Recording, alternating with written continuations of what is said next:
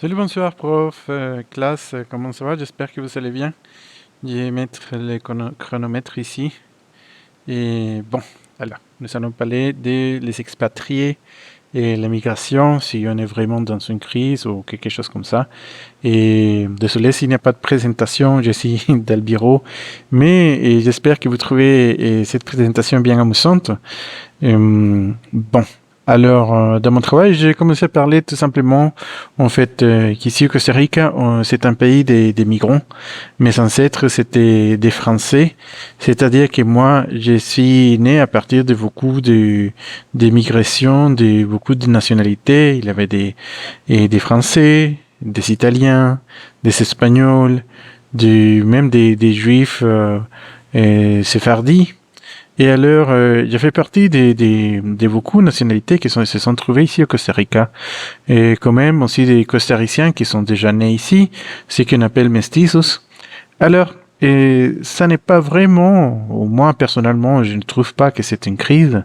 Et c'est plutôt une condition, peut-être une condition historique, une condition, un phénomène humain qui arrive depuis et l'âge de la Bible, peut-être même avant de l'invention de l'écriture. Alors, ce phénomène-là, il continue et je pense que c'est ce qu'on peut faire vraiment, c'est de réfléchir comment est-ce qu'on est arrivé. Et parce que, bon, bien sûr, je ne suis pas sorti de la terre, mon père non plus, mon grand-père non plus, mes arrière-grands-parents non plus. Alors, et c'était simplement se poser cette question. Même quand on parle des peuples originaux, comme ceux qui font partie de la côté sud, et je pense, et non, plutôt au nord, à San Carlos, c'est les Malek, ou aussi au sud, les Bribri, et il y a des autres. Ce sont des peuples qui sont venus de quelque part aussi, qu'ils ont marché pour l'Amérique et qui sont restés. Et voilà, c'est arrivé des Européens, plutôt des Espagnols. Eux, c'était là, précisément, mais probablement si les Européens ne seraient pas se rencontrés, ils seraient quelque part d'autre. Alors, c'est tout simplement comprendre que ça peut arriver. Dans ces derniers jours, ça continue aussi Costa Rica continue à recevoir des Européens, beaucoup de Français, beaucoup de Canadiens, des Québécois et même des Haïtiens qui se sont installés ici au Costa Rica et qui font partie maintenant du peuple costaricien.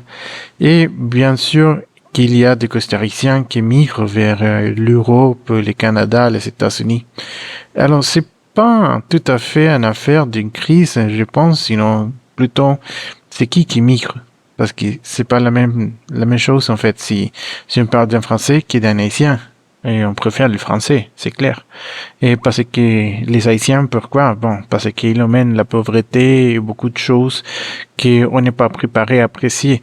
Mais bien sûr que eux sont leur culture, ils sont leur langue, ils sont leurs choses et ils peuvent bien apporter au travail au sein de l'économie costaricienne, peut-être encore plus que le français, qui apporte parfois le néocolonialisme, et que le français est associé à l'Europe, que le français est associé à la France, que la France est blanche, et ici, et là, et voilà.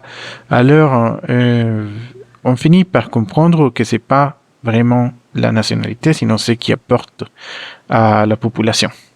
Alors ça, ce sont mes conclusions, puis j'espère que vous trouvez ça amusant. Si vous voulez poser des questions par rapport à ma famille et ce que j'ai hérité, bah bien sûr, et j'aimerais bien faire un travail de ça à l'avenir. Merci, au revoir.